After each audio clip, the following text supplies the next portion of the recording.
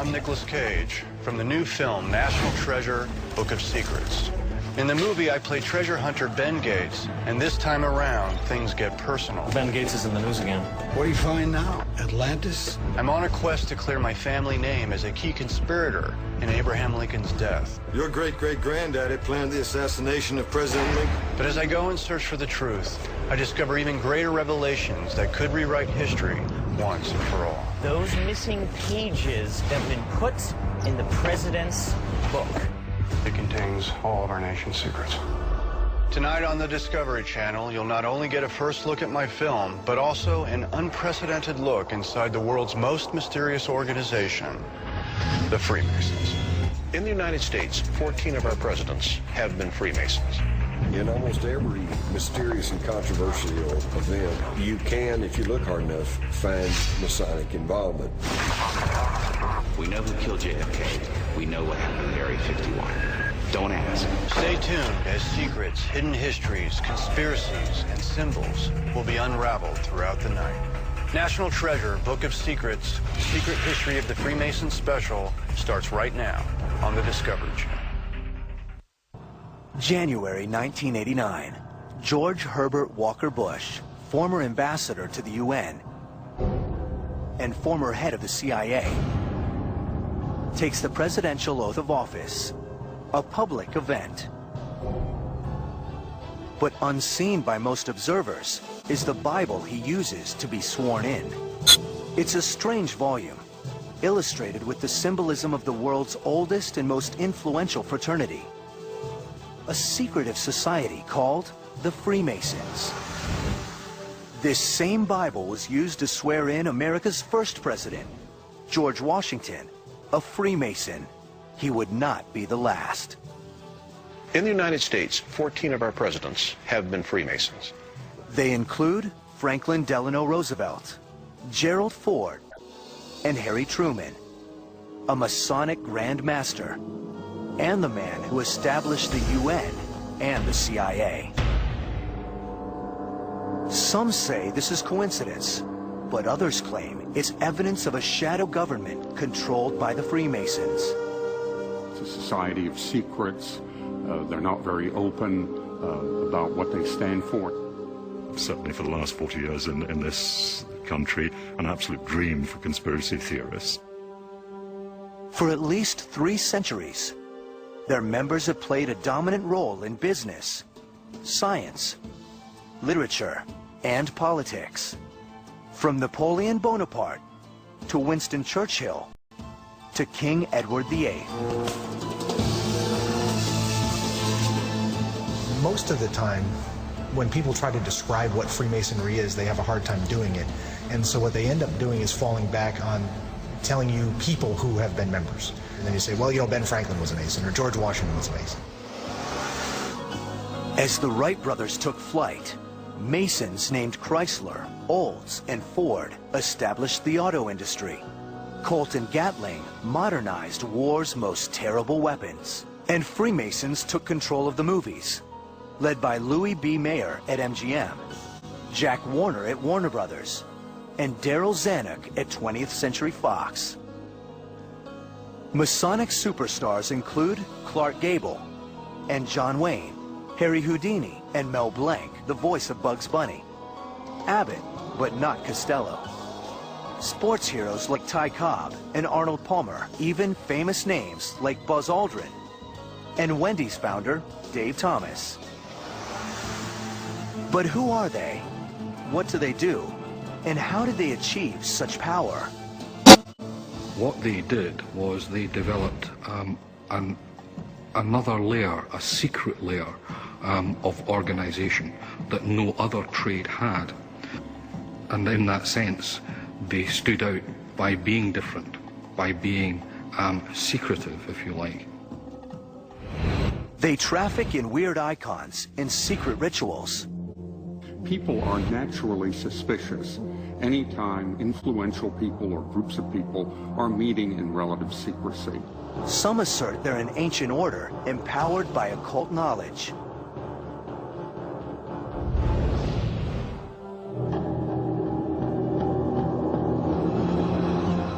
Many fear their bizarre initiations indoctrinate new members into a sinister cult. And their ritual reenactments of an ancient murder have some suggesting they are a ruthless conclave willing to kill to protect their secrets and their plans for a new world order. In almost every mysterious and controversial event, from Jack the Ripper to the assassination of John F. Kennedy, you can, if you look hard enough, find Masonic involvement. What is the secret?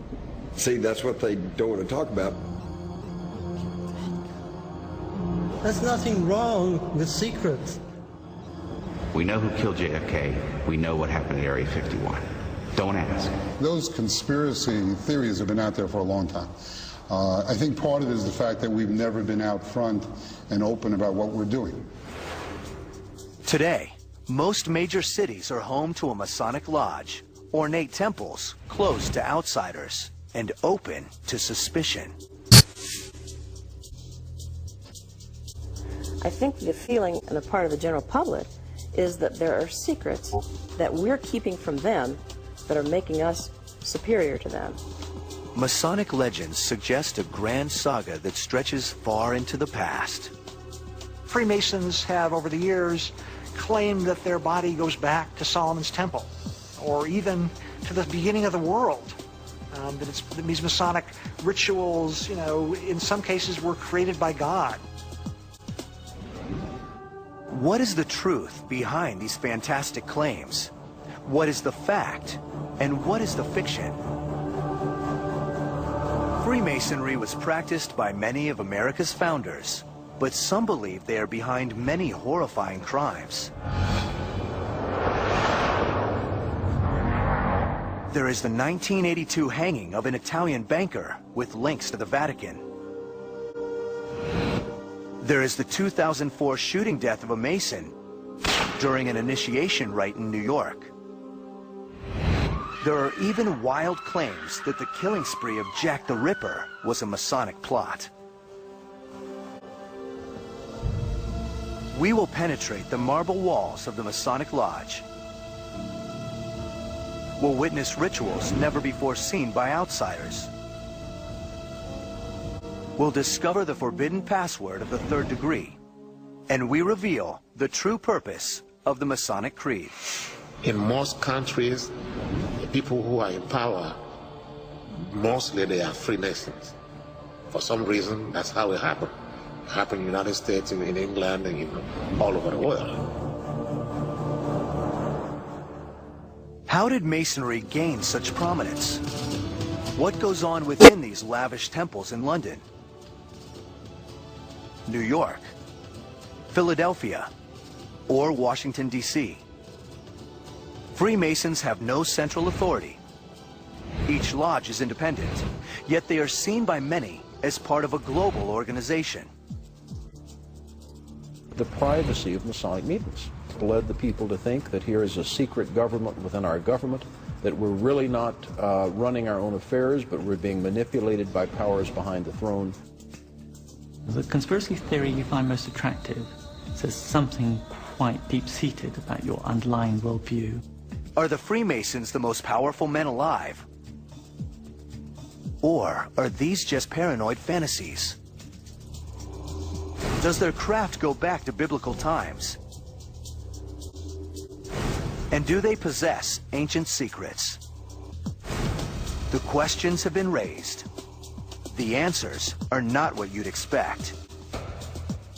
And they begin with an event that has thrust popular fears of a Masonic conspiracy into the international spotlight. The trail of clues begins with a murder.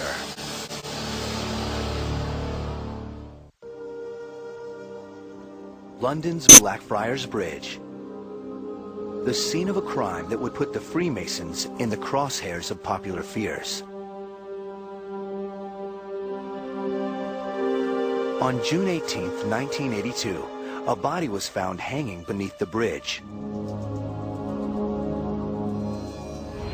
The victim was Roberto Calvi, a 62-year-old Italian banker. On his body was a fake passport and $15,000 cash. Banker, On his body was a fake passport and $15,000 cash. His pockets were stuffed with bricks. It appeared to be a murder, staged to send a message. But from whom? Some believe it was the mafia. Others suggest the symbolism was Masonic. The bricks in the pockets suggested stonemasons. The bridge where the body was found is close to the Masonic Grand Lodge of London. And even its name, Blackfriar, was the nickname for a secretive group to which Roberto Calvi belonged. An outlawed organization called Propaganda Due, or P2. And P2 had been a lodge of the Freemasons.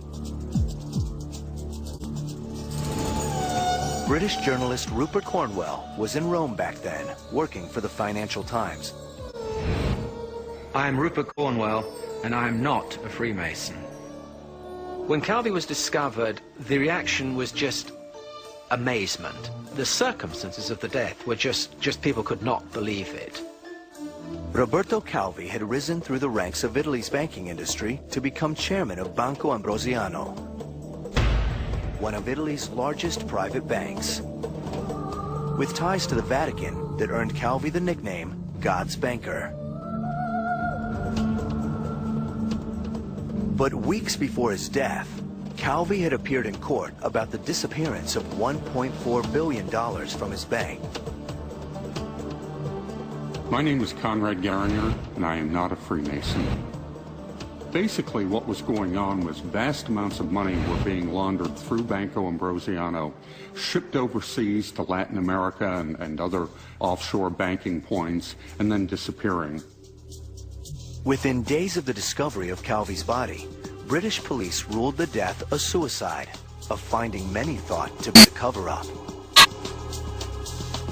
The circumstances, of course, were quite bizarre. Would a person commit suicide by hanging themselves when he had to walk down quite a complicated set of steps and then climb out onto the scaffolding to do this?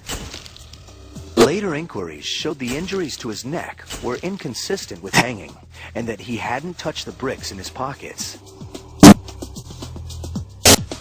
And at the time of death, the point on the bridge where the rope was tied could be reached by someone standing in a boat.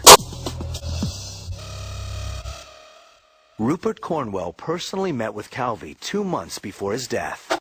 He looked like a man who was under extreme pressure. This was a man who was frightened, who was hunted, and who was, I think, aware that the end probably wasn't that far off. Calvi was reputedly a member of the P2 Lodge. I'm John Hamill, and I'm a Freemason. P2 was a lodge under the Grand Orient of Italy. It was taken over by a man called Licio Gelli, who suddenly began to run the proper lodge, which was regularly registered as it had to be under Italian law, but he was also behind it running a clandestine lodge. P2 was established in 1877, and it was a very traditional Italian Freemason lodge.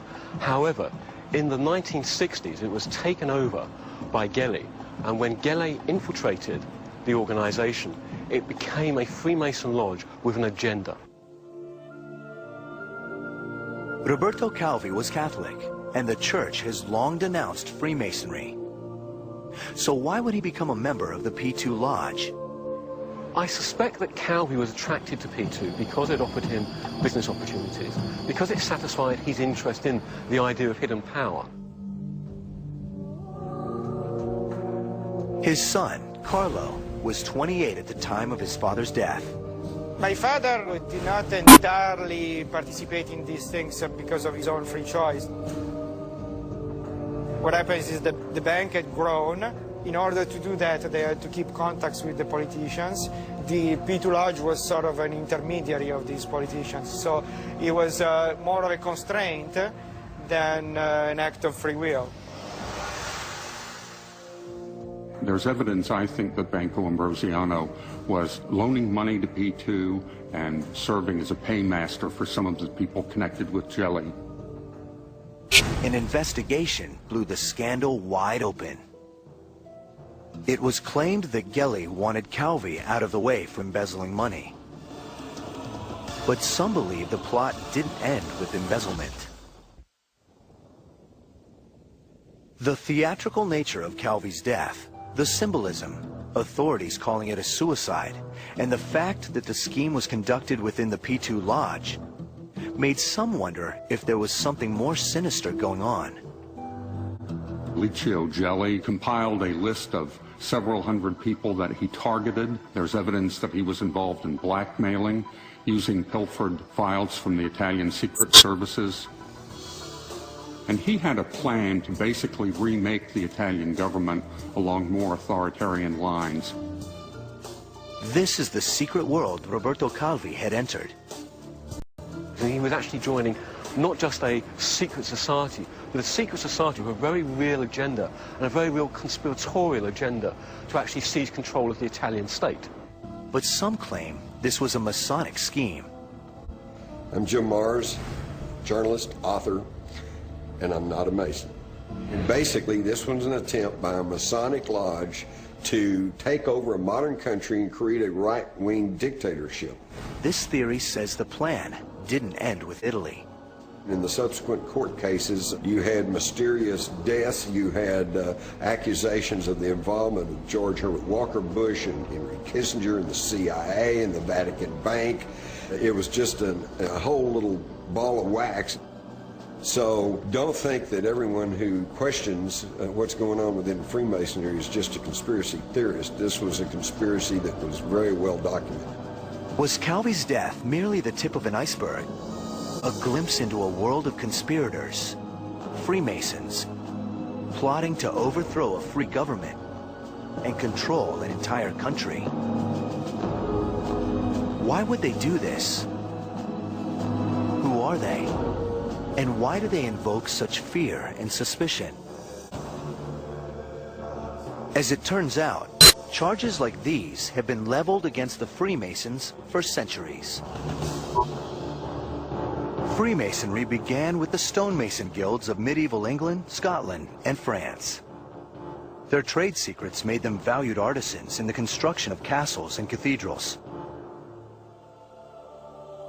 Secret handshakes and other signals were used to identify men as members of the craft. Skilled stoneworkers known as operative Freemasons.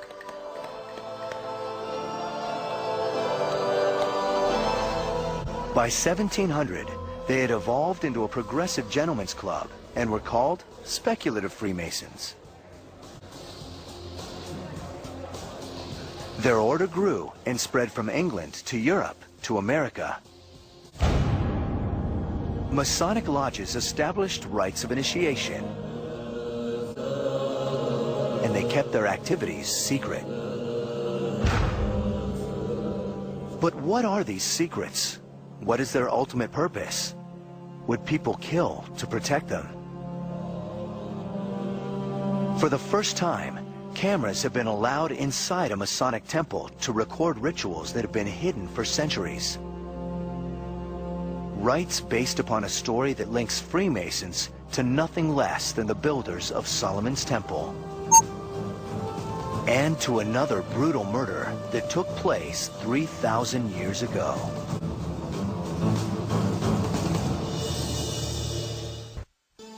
There are 5 million Freemasons in the world today. But who are they?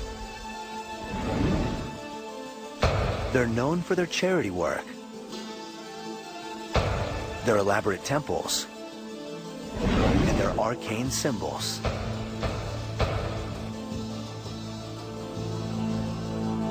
But what they may be best known for is secrecy. Much of it centered on initiation rites into the 3 degrees of Freemasonry. Entered apprentice, fellow craft, and master mason. These rites go back 300 years, steeped in symbolic meaning. They've also been associated with dark agendas and, some claim, ritual murder. Then die!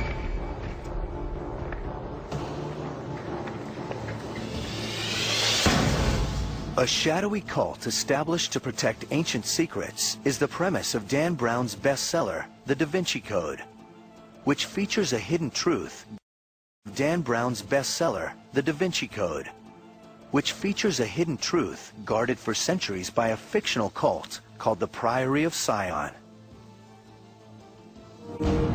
But in his next book, The Solomon Key, Brown brings in an organization that is real: the Freemasons, a group that conspiracy theorists say has amassed great power and is willing to destroy anyone who would challenge them.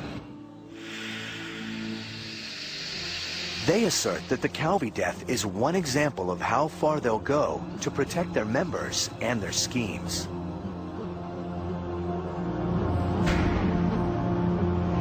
Another so-called example is the 2004 shooting death of William James in Long Island, New York. Reports claimed it was a Masonic rite. Before he was shot in the head, James was blindfolded, seated in a chair, and surrounded by tin cans. James had gone through most of the initiation process, and he had come to the point where there's a mock shooting in which a member of the club was going to pull out a gun, shoot blanks, and then some cans next to the initiate were to be knocked over by someone next to the cans. What happened tragically was that the person with the gun reached in his pocket, pulled out a loaded gun rather than the actual gun with the blanks in it. He shot and killed William James. The trigger man was Albert Ide, a fellow Freemason. The New York Masonic Lodge was quick to say that the event was not part of any Masonic ritual.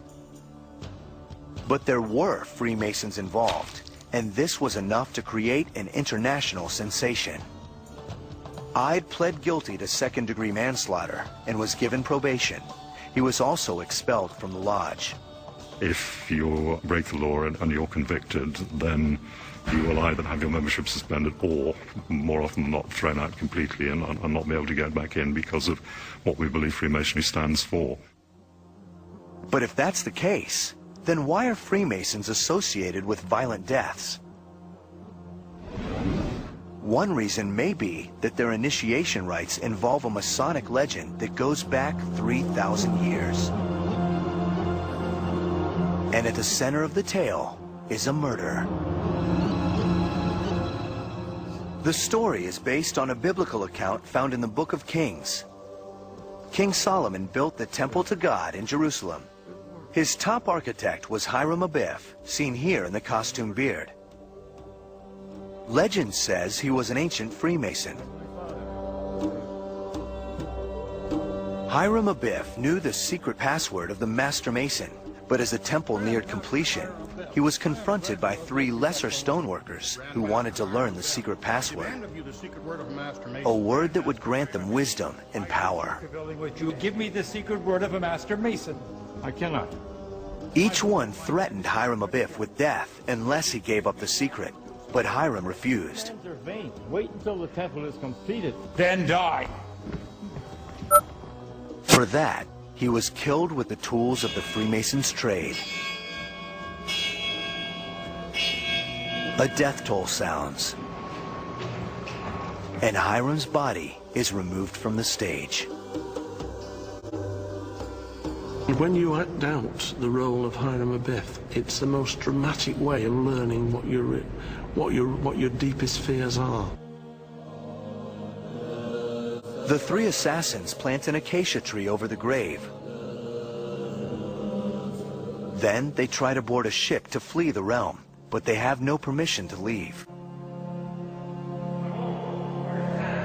Meanwhile, Solomon learns that Hiram is missing, and he orders his men to search for the architect. To the temple and see if he cannot be found. Sometime later, the killers are found and are brought to the king of Tyre. All 3 admit their guilt, and the king orders their execution. Later, Hiram's death is confirmed when his pendant is discovered. And when his body is found, it is carried off to a proper burial. King Solomon then establishes a new word, one that no Freemason will ever speak in public. This word is the passkey to the 3rd degree, one of the Masons' most tightly held secrets. That secret word is only, however, a substitute for the true pronunciation and understanding of the Tetragrammaton, or Yod-He-Vav-He, or YHVH. Only a substitute. And that word is Mahabon, and which I believe is a corruption of the Hebrew Mahaboneh, which can be translated, "What? Is this the builder?" And Hiram, of course, was a builder. My name is Stephen Tsoukalos, and I'm not a Mason.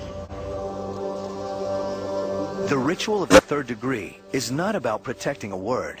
It's about being entrusted with a secret. It's an attempt to make every candidate completely reassess his life. That's why it's dramatic.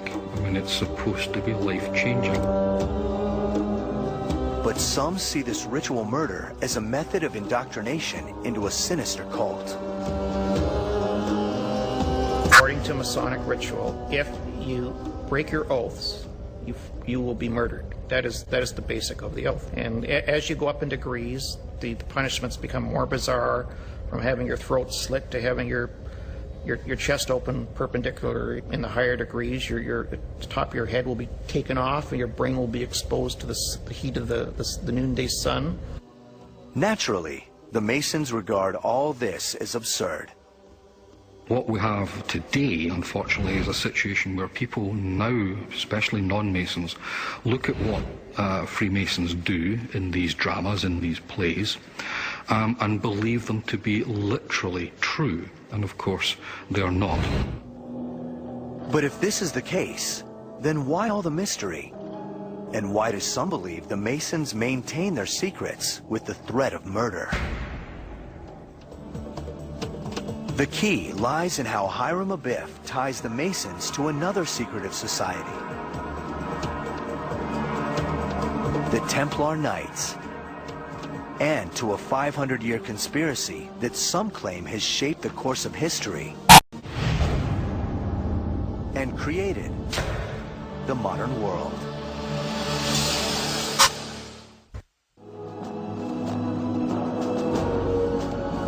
War, depression,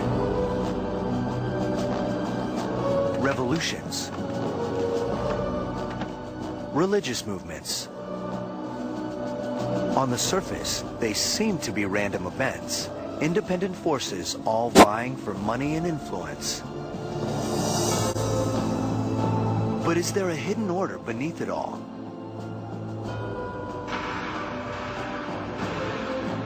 Are these events in fact orchestrated by a conspiracy of power brokers, directing the business of the world through elite organizations and secret societies? When the Bilderberg meets, you know, and they were set up by leading Masons, the Ford Foundation and the Rockefeller Foundation.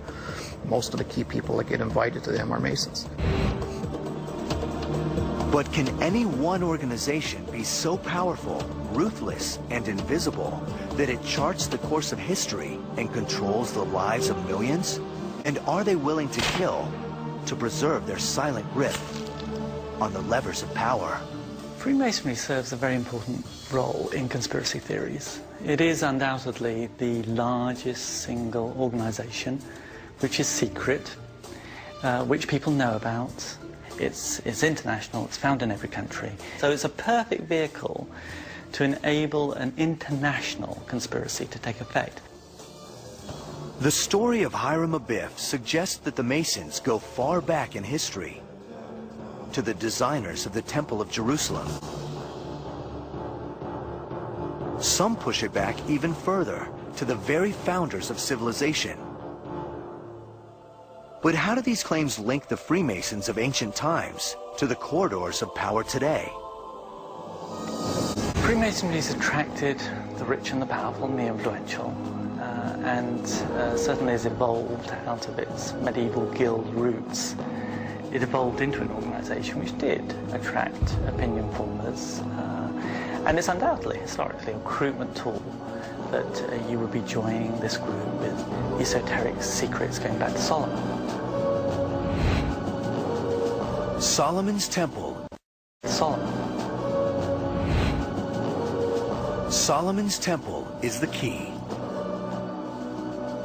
Centuries ago, the ruins of the ancient structure served as headquarters for a band of noblemen who relinquished all their possessions to become armed escorts for visitors to the Holy Land during the Crusades. The Temple Knights, the Knights Templar. It was called a new knighthood, meaning these would be warrior monks, not merely monks who prayed all day, but not also only those who fought on the battlefield. So they began as a type of spiritual special forces for Christ, you might say. The Templars were secretive, and they became rich and powerful. But how? Solomon's temple had been the holiest of shrines. It was a storage place for the Ten Commandments. But legend says that in the depths of a stone monument was another treasure of immeasurable value. What is the treasure? Well, some authors claim it's the Holy Grail, some say it's the Ark of the Covenant, some say it's the embalmed head of Jesus Christ, some say it's the lost writings of Jesus Christ. And of course the other one that is the hottest is that it's in fact none of these physical things, but it in fact is the secret of the bloodline of Jesus Christ. But another theory says what the Templars discovered were two sculpted columns copied in Masonic temples today. The Pillars of Knowledge. What was this secret knowledge that so empowered the Templars? There's no end to the speculation. And the Knights Templars were gaining this information under the Temple of Solomon in Jerusalem, which had been collected and gathered there from the ancient mystery schools of Egypt and Greece. And these were the ancient secrets that had been passed down since the beginning of time. The Templars' mix of secrecy and wealth fueled rumors of heresy. Stomping on the cross, homosexual rites, even worshiping the head of John the Baptist or the image of Baphomet, the pagan idol. The Templars were accused of blasphemy by royals like King Philip of France, who grew jealous of the Knights' wealth and influence. The King of France decided that he was going to acquire their wealth. And so on the 13th of October, 1307, the French authorities arrested all the Knights Templar that they could find in France. Historians say the Templars were destroyed. But according to some, the Knights did not disappear. Rather, they went into hiding in the ornate shrines they built across Europe and wielded their power in secret. In one account, the Templars are said to have joined forces with knights from Malta, warriors who turned to piracy under a symbol we all know today, the skull and crossbones. It's a depiction of the Templars' burial custom of severing a dead man's legs and arranging them as a cross. This emblem provides an iconic link between the medieval Templars and today's power elite. Most infamous among them is Yale University's Skull and Bones Club. Since 1832, this ultra-private fraternity for the sons of America's most powerful families has included Presidents Taft, Roosevelt, the senior George Bush, George W. Bush, and Senator John Kerry. Like the Templars, the Skull and Bonesmen keep their rituals and their agenda secret, but they proudly fly the pirate banner, a symbolic connection with the Templars, and so it's claimed, with the mystical origins of Freemasonry. Freemasonry is the latest incarnation of what is known as the underground stream. This is a hidden stream of knowledge that has been passed down since the dawn of human history. Conspiracy theorists say there's an unbroken chain stemming from the builders of the pyramids to Hiram Abiff, to the Templar Knights, to the Masons of the 18th century, and today. If it's true, this knowledge must be more than trade secrets of stonemasons. It was found, after all, in Solomon's temple, God's own house. Does this mean the Freemasons are a religion unto themselves? Their religious trappings have inspired opponents, from those who accuse them of heresy to those who claim they are in league with Satan himself.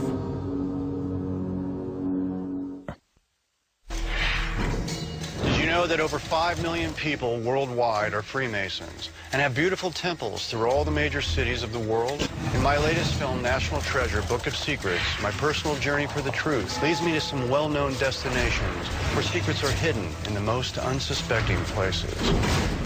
Are you saying there's a treasure map in the Statue of Liberty? The only question is, which Statue of Liberty? Exactly. A lot of people don't know that the French have their own Statue of Liberty looking towards New York. The one in New York is looking towards Paris. With all the amazing places we went, we all fell in love with South Dakota. At Mount Rushmore, we started to feel what the stone was before it was carved into American faces. I've been telling my friends about all of these amazing caverns underneath Mount Rushmore, and nobody believes me. Now, back to the secret history of the Freemasons. In this life, if you want to receive your crown, keep fighting in the name of Jesus. It may sound like a church, but this in fact is a meeting of a Masonic lodge. Like a church, all nationalities are welcome, and in recent years, women as well. But it raises a question often asked by outsiders. Are the Freemasons in reality a religion? The prime qualification for entry into Freemasonry under our Grand Lodge and the ones we're enamored with around the world is a belief in God, a belief in a supreme being. We don't define who that should be, what your religion should be, but we believe that Freemasons should have a religion and practice it. But Masonic lodges adopt some of the trappings of a traditional church. We're entering the space that is most important in Freemasonry. Central to the furniture of a lodge is the altar. On it, you will find in an operating lodge the volume of the sacred law. What does that mean? It is basically a reference to whatever holy books that the members of the lodge believe in. I am Akram Elias, a Freemason, the Senior Grand Warden of the Grand Lodge of Free and Accepted Masons of Washington, D.C. All religions are welcome, yet the teachings of Masonry itself have a religious ring. One that we hear quite often is that we attempt to make good men better. We can't make bad men good. The other one, the one that I prefer, is a peculiar system of morality. And peculiar, of course, here means unusual, special. So a peculiar system of morality, veiled in allegory and illustrated by symbols, of which we have lots and lots and lots. So you have a situation where a symbol, let's take for example the letter G. Some people believe that that stands for God within Freemasonry. Some believe it stands for goodness, the goodness of the human spirit. Others believe it stands for geometry. And so in that way, it can mean many things to many people within the organization. I've got on my lapel pin a square and compasses, and the center of it is the letter G. And it reminds me to square my actions by the square of virtue, to circumscribe my passions and desires, and to remember that God is in the center of my life. A moral system based on a belief in God. It certainly sounds like a church, yet the Masons insist they are not. Freemasonry is not a religion, although it incorporates into its rituals many symbols and ideas and motifs that appear to have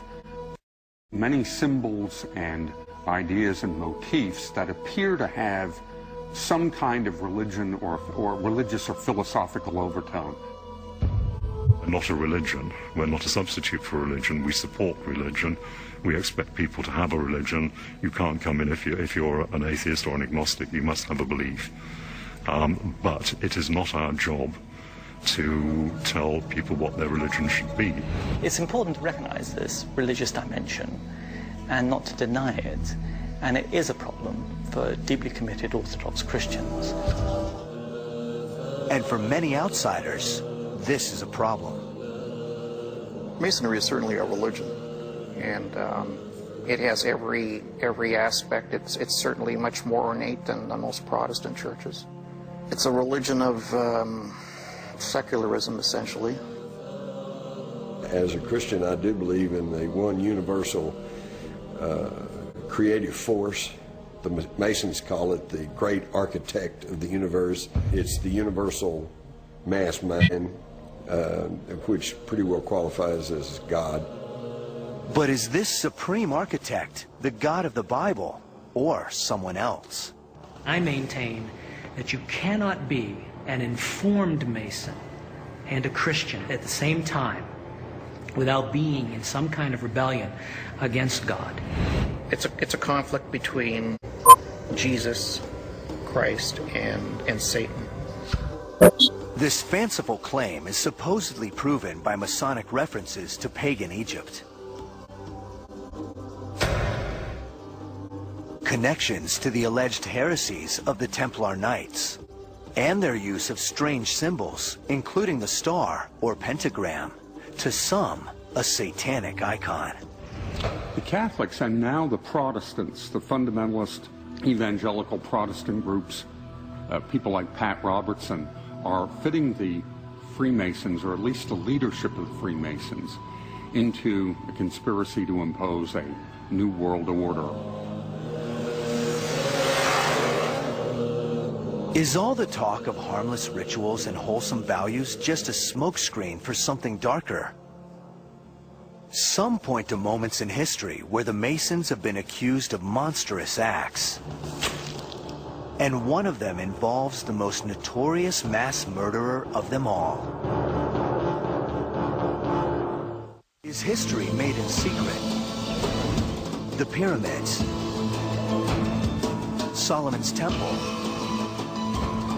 the Templar Knights. Is there a link between these and other historical landmarks forged by the Freemasons? Are they more than builders? Are they the architects of an ancient conspiracy to control the world? At first glance, they appear innocuous, a social club that encourages brotherhood, community, and personal improvement. But is this a facade for something more sinister? Time and again, shocking murders have been blamed on the Masons, and some say they are warnings to those who challenge the power.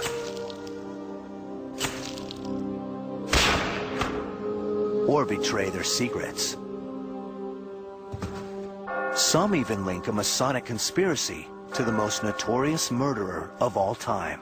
I suppose one of the areas where we have and continue from time to time to be brought into conspiracy theory is the Jack the Ripper saga. In 1888, 5 women were knifed to death in the streets of London. Their throats slit, bodies mutilated, internal organs removed. And though these deaths took place in London, the assassin was never identified. For a few conspiracy theorists, the methods of Jack the Ripper point to the Masons. At 1:44 a.m.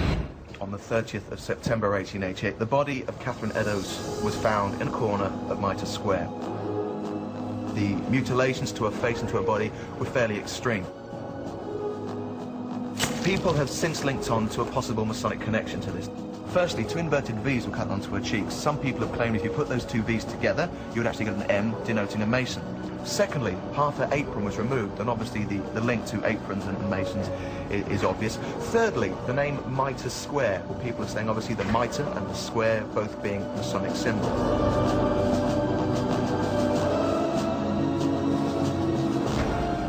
According to the conspiracy theory, when the police entered the picture, the Masonic connection only deepened.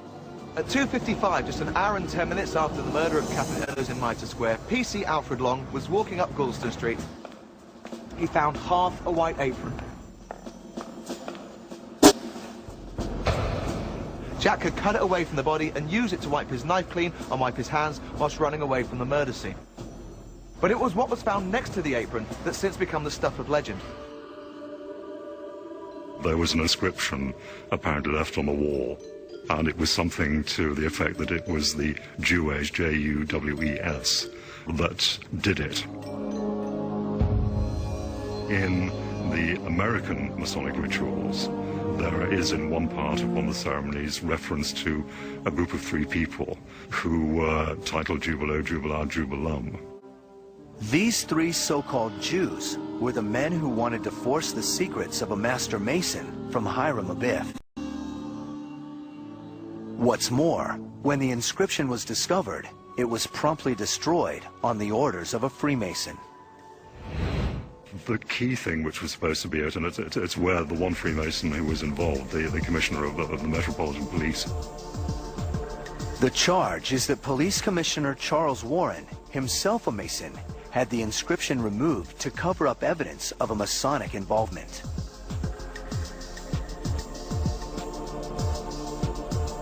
But why would a Mason go on such a killing spree?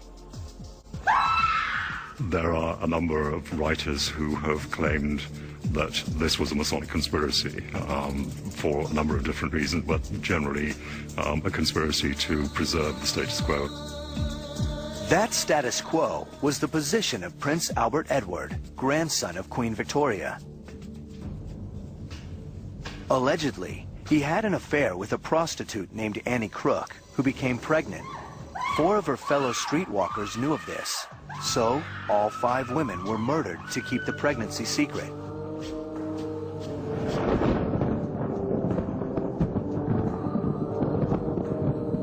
And the man who supposedly did it, Dr. William Gall, was the Queen's private physician.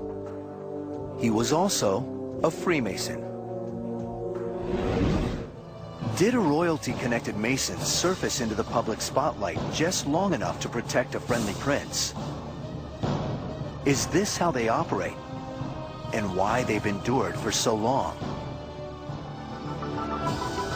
Freemason legends portray the craft as quietly existing for thousands of years.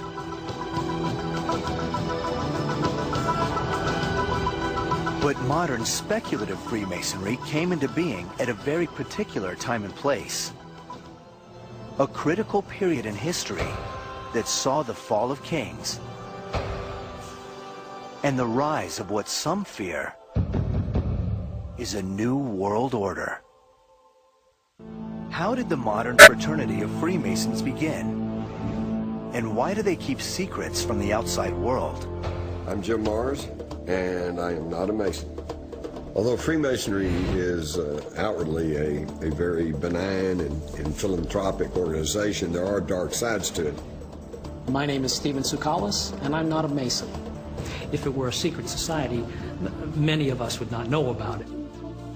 It's not a secret society in that sense, but it is a society with secrets. The modern Masonic movement is usually recognized as having started in 18th century England. The Grand Lodge of England was founded in 1717 in London. Near St. Paul's Cathedral, a group of gentlemen convene at a pub called the Goose and Gridiron and formally pledge their allegiance to a club they call the Freemasons. While the original operative Freemasons were the stonecutters of the Middle Ages, this new Masonic order is made up of merchants and aristocrats who indulge in secret passwords and costume dramas. They call themselves speculative Masons, who discuss progressive ideas and speculate on the meaning of life. Masons, who discuss progressive ideas and speculate on the meaning of life. What happens in 1717 is still relatively mysterious. We've only got one broadly contemporary account of the foundation of the Grand Lodge. There are no reports in contemporary newspapers. Freemasons have a long tradition of secrecy. Some of the original secrets of the Freemasons were the operative secrets. They knew how to cut stones so it would be as strong as possible if they put it across a lintel. They knew how to make arches. Very importantly, they knew how to make squares. Getting the best jobs meant proving you were a member of the craft. A stonemason who is travelling from one building site to another, how is he going to identify himself to someone else that he is a stonemason? Well, he's got a handshake, and this only shows that they are stonemasons.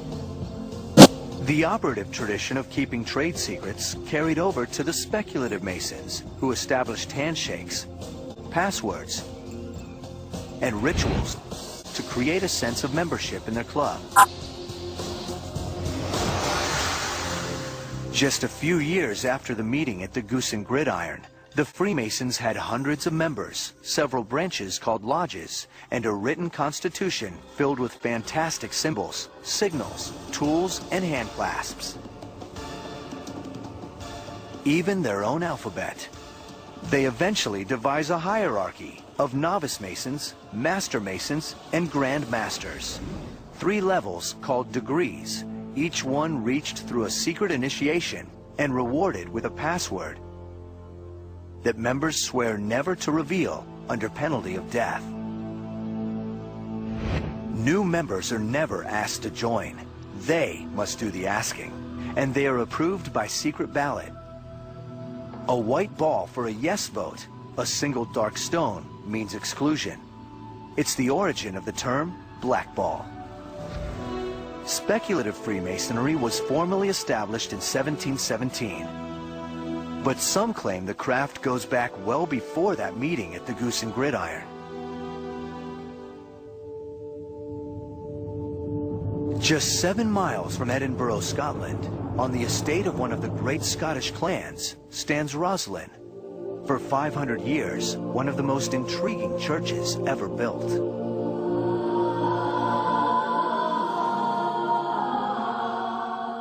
I've studied this certainly 40 years.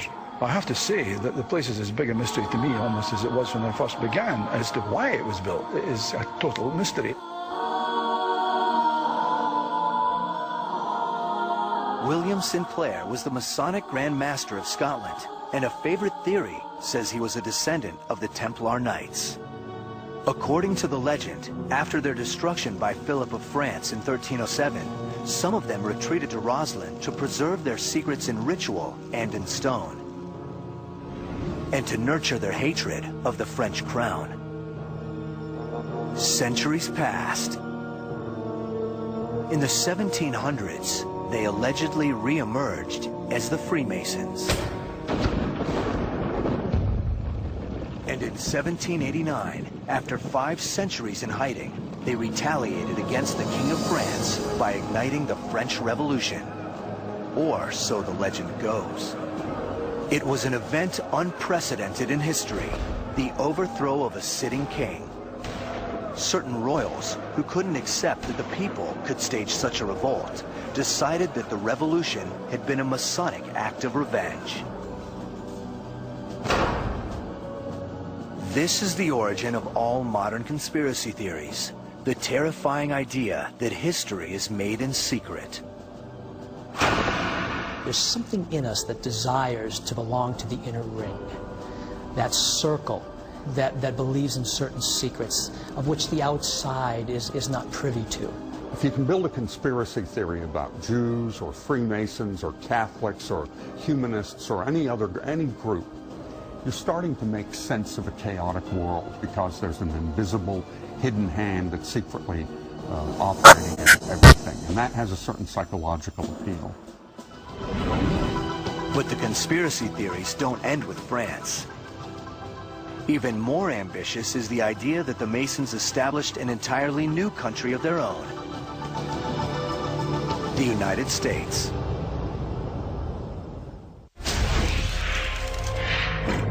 Did you know that 14 of our United States presidents were Freemasons? Maybe they're doing something right. Is that coincidence or evidence of a shadow government?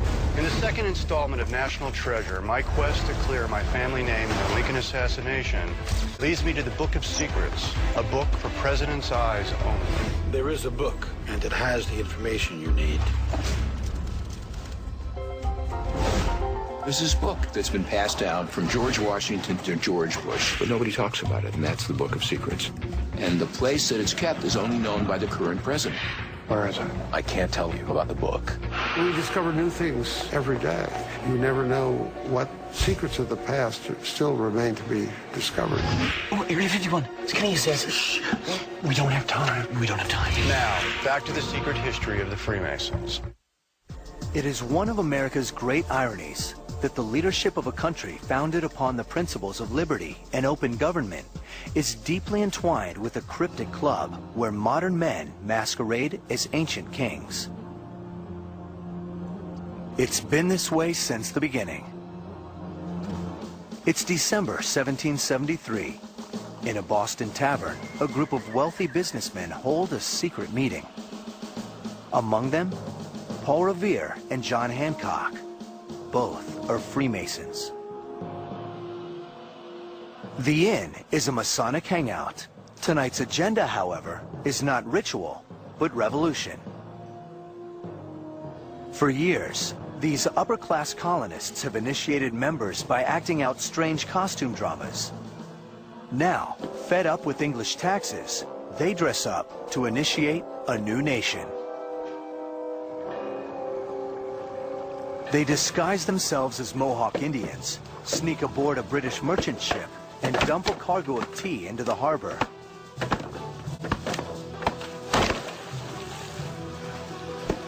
This act of sabotage becomes known as the Boston Tea Party. Citizens are burned up about unfair taxes. They're going to take the tea and throw it in the harbor, and of course it's widely held to be a Masonic event. 2.5 years later, John Hancock and his brother Masons formally declare America's separation from Great Britain. At least 9 and perhaps as many as 50 Masons signed their names to the Declaration of Independence. Without the Masons, there may never have been an independent America.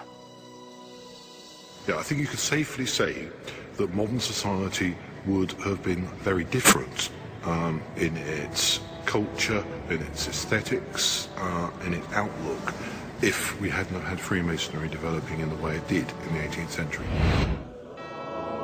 But conspiracy theory holds that this government is not just dominated by Masons, but is controlled by them in secret. They even model their capital city on the cryptic geometry of the Masonic craft. Masonic icons appear throughout the bricks and marble facades of Washington. Even the laying of the cornerstone of the U.S. Capitol was overseen by George Washington, dressed in full Masonic regalia. The gavel in American courtrooms comes from Masonic tradition. And the Washington street grid just north of the White House traces out a star which appears in Masonic symbolism, but which some insist is a satanic pentagram. There is also the shocking symbolism on the reverse of the U.S. dollar bill. America's founding fathers appointed a committee to design an emblem for the infant nation. Ben Franklin, the only Freemason on the panel, suggested a pelican feeding her young. But the idea was shot down in favor of an eagle with 13 arrows in its grasp. And then there is the all-seeing eye atop a pyramid, apparently referring to Egypt,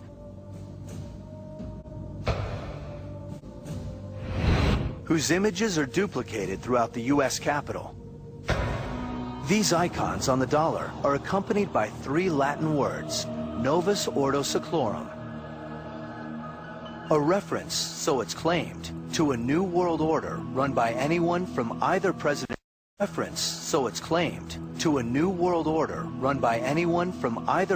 Bush to Lucifer himself. Finally, this little trick. M-A-S-O-N. Letters that form both the square and compass of Masonry and the Star of David. More proof, some contend, of Masonic control of our economy and our government. These fears go back to the dawn of the Republic, and they become a political force after an event that takes place exactly 50 years after the signing of the Declaration. In 1826, Masonry finds itself implicated in a murder. William Morgan of New York is a Mason who boasts that he's about to publish a book revealing the Brotherhood's deepest secrets. He's also a notorious troublemaker, now in jail for petty theft. After his arrest, 3 strangers pay his bail, but they cart him away, and he's never seen again. His abductors were Masons. He was forced into a carriage and driven off, shouting, "Murder, murder."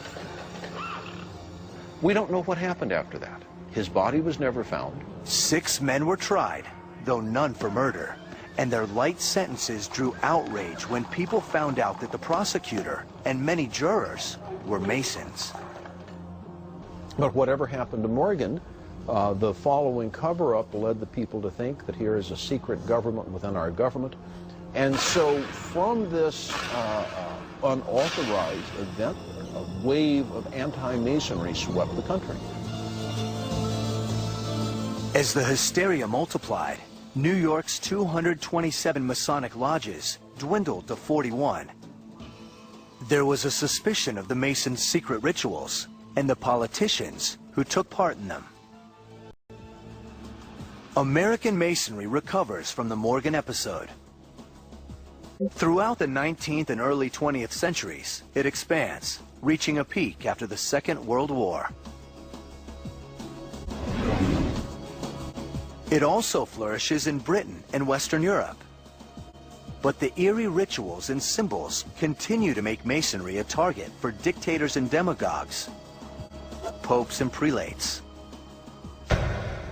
men jealous of their power and suspicious of their secrets.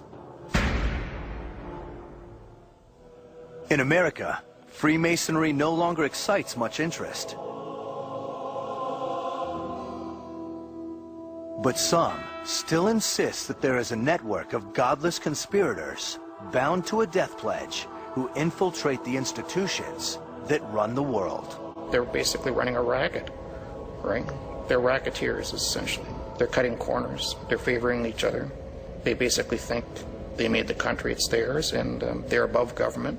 They've basically appointed themselves, and people have to decide for themselves if they want that to continue. Beneath the conspiracies, behind the symbolism and secrecy,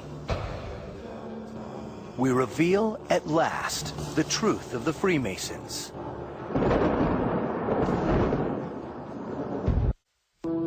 Or a shadow government, a harmless social club, or a satanic cult. What is the reality behind the Masonic conspiracy theories? It turns out there is less here than meets the all-seeing eye. If it were a secret society, many of us would not know about it. I mean, good heavens, we're in the Yellow Pages. We put bumper stickers on our car. Despite legends that suggest an ancient past, the Freemasons are a modern phenomenon. What began as stonecutter guilds in the Middle Ages evolved into progressive social clubs by the 18th century, and they employed the tools of the construction trade as metaphors for building a better society based on equality and moral conduct. Their knowledge of geometry and engineering makes them leading thinkers at a time of free thought and political change.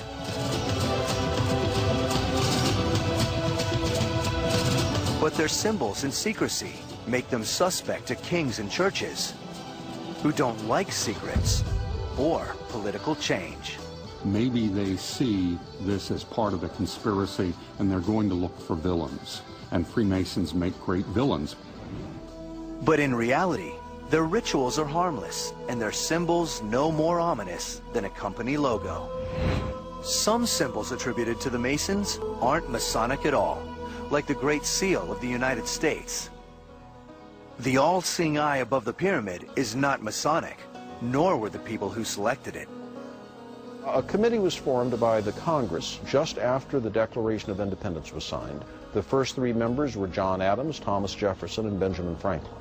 Only one of those three men was a Freemason, and that was Benjamin Franklin.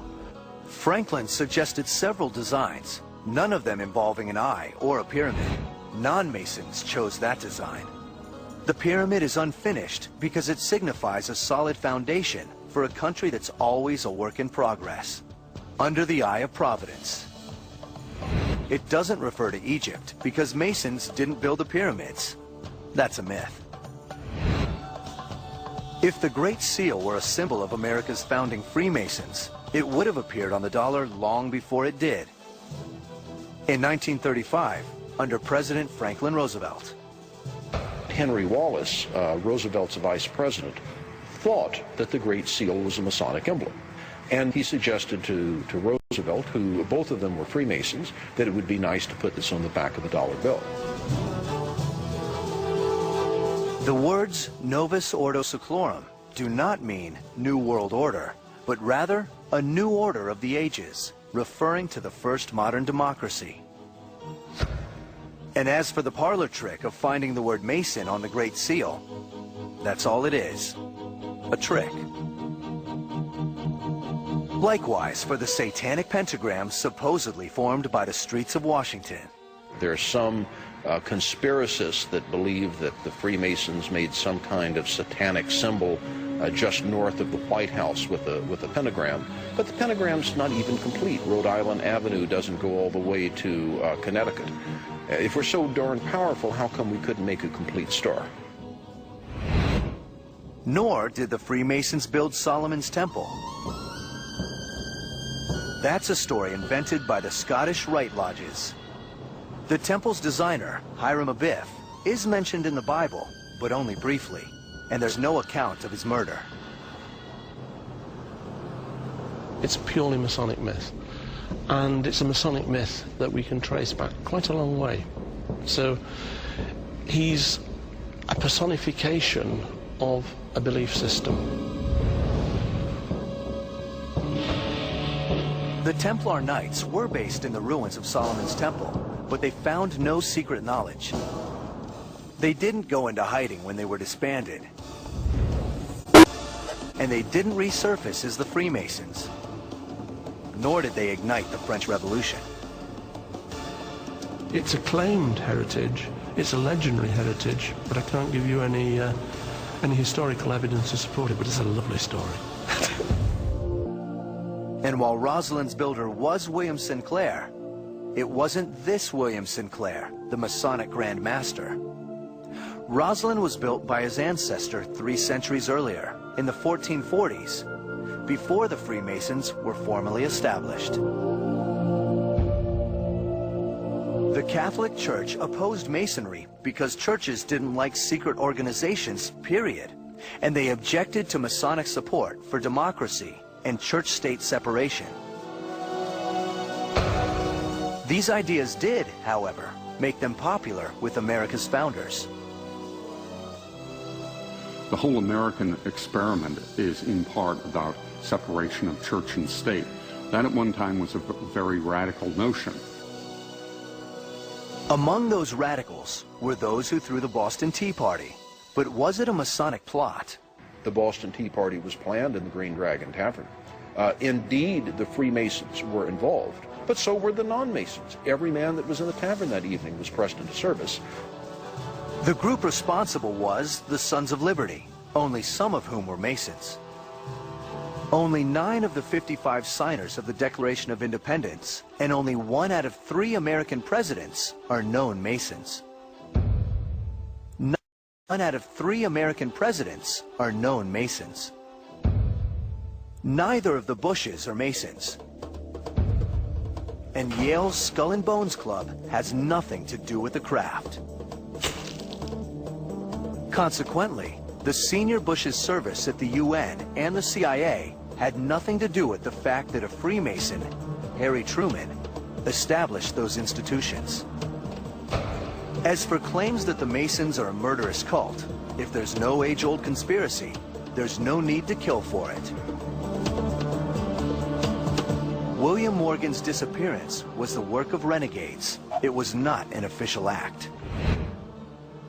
The shooting death of William James in New York was an accident,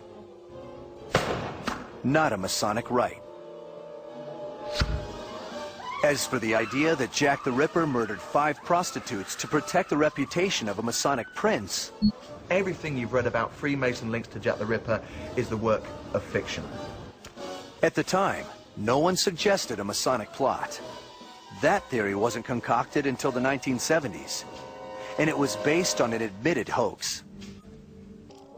Then there's Roberto Calvi, the Italian banker with the missing $1.4 billion, who belonged to the P2 Lodge. This was another case where claims of Masonic involvement came as an afterthought. But it was quite some months after the event, and when people started to doubt whether it was suicide, that suddenly, rather like the Ripper case, the Masonic element suddenly comes in, oh, it's the Masons again. The reality is that the P2 Lodge had been hijacked by criminals as a front for doing business in powerful circles. It was a wonderful gift to the conspiracy theorists. Freemasonry as a movement didn't benefit at all from any of the financial improprieties, and Freemasonry really wasn't involved. The fact that Calvi's hanging took place near London's Grand Lodge means nothing. And the bricks found in Calvi's pockets are not emblematic of Freemasons, who are stonecutters, not bricklayers. In October 2002, forensic experts ruled out death by suicide. And in 2006, 4 men were charged with the crime. None of them are Freemasons. So, if the grand conspiracy is fiction, what is the reality? For the first time, cameras record a Masonic initiation, and you can judge for yourself.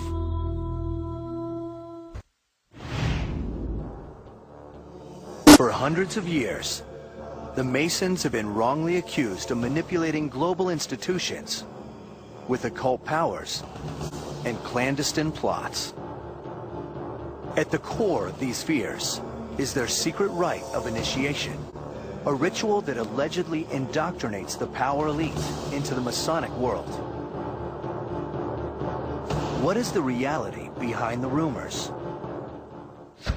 The initiation ceremony is something which has a huge effect on the individual. Now, cameras have been allowed in to record the entirety of a ceremony that has generated centuries of fear and paranoia.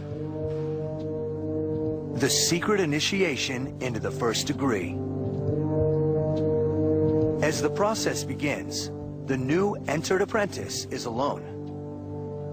He is instructed to knock on the door of the lodge room. Worshipful Master, there is an alarm at the door. Attend to the alarm. He is then led up to the officers of the lodge, who begin the proceedings.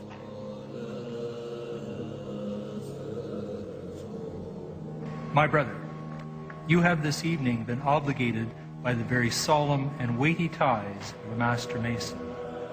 Having voluntarily assumed these obligations, you have been taught to wear your apron as a Master Mason and are so wearing it among us at the moment. You have a way to travel that is extremely perilous. You will be beset by dangers of many kinds, and may perhaps meet with death, as did once befall an eminent brother of this degree. You will therefore suffer yourself again to be hoodwinked. Repair to the sacred altar of Freemasonry, and there kneel and pray. The initiate is then guided to the altar. There are 3 lesser lights around the altar. When the candidate is being initiated, it is dark. And when he sees the light, those 3 lesser lights help him see what is here. the volume of the sacred law, and the universal symbol of Freemasonry, the square and the compasses. In the first degree, the candidate is blindfolded, symbolizing he is in darkness and in need of further light. The initiate then prays to the God of his choosing. Amen. He's then stood up and is guided through a reenactment of the legend of Hiram Abiff, a must for every new entered apprentice. You now represent another, no less than our Grand Master Hiram Abiff, the Grand Architect who was the builder of King Solomon's Temple. The stonemasons of Scotland had two ceremonies. The entered apprentice degree equated to birth, so you're a new member. You're born, if you like, as a Freemason. The Fellow of Craft degree, or the second degree, is entirely focused on education, being a good citizen, and so it equates to life. But the Scottish Rite saw the need for something more. So what's the third and last part of human beings' existence that is missing here? Well, it's obviously death. Grand Master Hiram Abiff, I am glad to have met you thus alone. This is an opportunity I have long sought. Behold, the temple is near completed, and I demand the secret word of a Master Mason. Wait until the temple is completed, and you shall receive the secret word of a Master Mason. If not, you cannot. Cannot. Speak not to me of time nor place. Give me the secret word of a Master Mason. I cannot. Then die. Like Hiram Abiff, the entered apprentice is confronted by the three lesser stonecutters, Jubila, Jubilo, and Jubilum, each of whom attacks him. You now have a complete cycle, if you like. Birth, life, and death. Grand Master Hiram Abiff, for the last time I demand of you the secret word of a Master Mason, or I will take your life. My life you may have, but my integrity never. Then die. This ritual, based on the completely invented story of Hiram Abiff, is not a death threat, as some have claimed. And Hiram Abiff represents the ego, and the ego has to be slain before the spirit can rise free. Grand Master Hiram Abiff, I heard you cavilling with Jubila and Jubilo, and from them you have escaped, but from me never. My name is Jubilum. That which I propose is that which I perform. I hold in my hand an instrument of death. If you refuse me now, you do so at your peril. I say, give me the secret word of a Master Mason. I will not. Give me the secret word of a Master Mason. I cannot. Grand Master Hiram Abiff, I demand of you for the last time the secret word of the Master Mason. Craftsman, wait until the temple is completed, and I will do my best to serve you. Then die. And with that, the initiate is carried out to take his place among his brother Masons. That's it. No sacrilege, no sacrifices, no Satan. Just fake beards, candles, the symbols of the stonecutter's trade, and some amateur acting.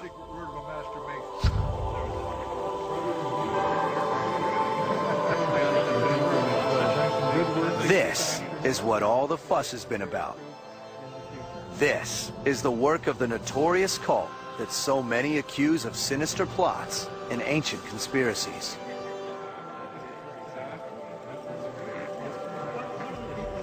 Masonic ritual is meant, I think, it uses ritual as an instructional technique, and it tries to stimulate the candidate into thinking about certain ideas.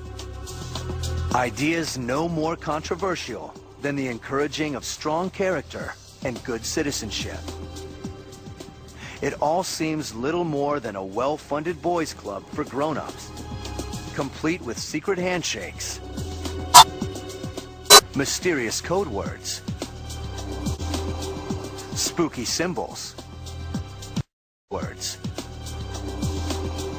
spooky symbols, a comfy clubhouse, and no girls allowed. And even this is changing. Today, membership is expanded to everyone. As a result, the modern world is reshaping Freemasonry a lot more than they are shaping the modern world. You're watching the National Treasure Book of Secrets, Secret History of the Freemasons special. How fast can we get to Buckingham Palace? Now, here's a look at my new movie, National Treasure Book of Secrets, in theaters December 21st. Ladies and gentlemen, I present to you one of the missing pages from the diary of John Wilkes Booth. It's the names of the Lincoln conspirators. Thomas Gates. Your great-great-granddaddy planned the assassination of President Lincoln. It can't be. National Treasure Book of Secrets is going to have to do with the 18 pages missing out of John Wilkes Booth's diary. That's quite something, isn't it? Booth kept a diary. The diary does have missing pages. In fact, 18 pages have been torn out. And of course, the mystery began almost immediately. What was on those pages and where are they? It's a cipher. Yes. Booth is unusual as an assassin.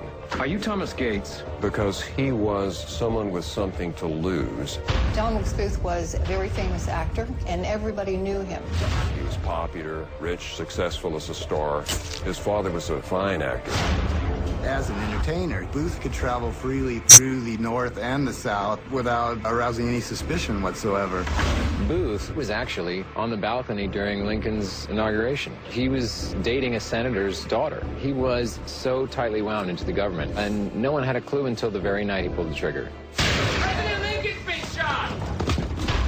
Booth thought he could change history. If the South won and prevailed, then he wouldn't be put in jail, he'd be a hero. We actually know that John Wilkes Booth was part of a larger conspiracy. It's never mentioned in our history books. Maybe what you thought was the truth isn't actually the truth. If any of these missing pages could be discovered, it would be phenomenal. The murder of Abraham Lincoln is still the greatest single crime ever committed in American history. The missing page is the last and final clue to clearing Ben Gates' family's name. We gotta do something. I need to see the page.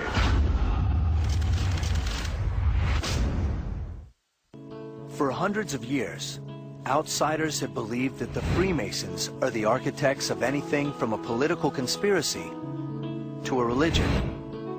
Ironic considering the reality. The two things we can't discuss at Masonic meetings are the two things which divide everybody, which is, of course, politics and religion.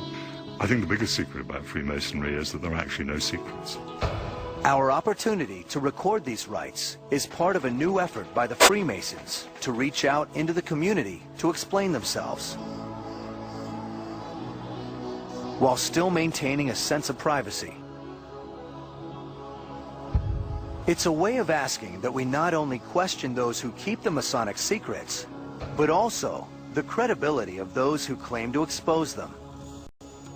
One of these secrets is the fact that the Earth was colonized by extraterrestrials and that they tweaked with primitive Earth primates' DNA and created their worker race, which is Homo sapiens.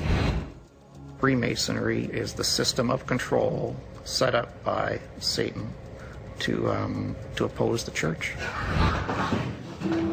The Freemasons have paid a high price for their privacy. People are always going to believe what they want to believe, and unfortunately, conspiracy theories have a great immunity from truth. And the Freemasons make a convenient whipping boy.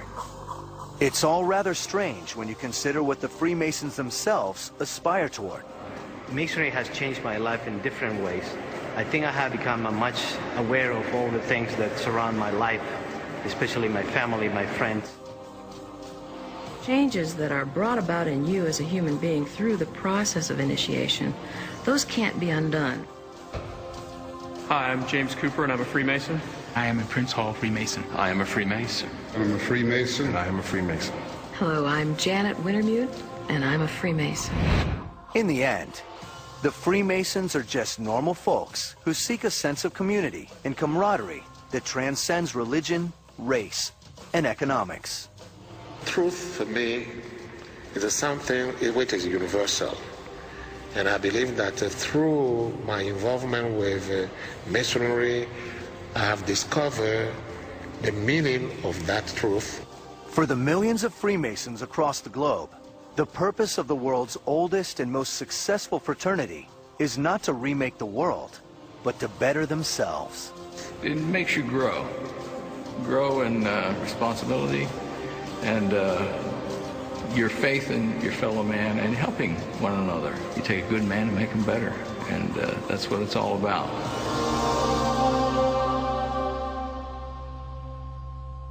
Look at this. We cracked the cipher.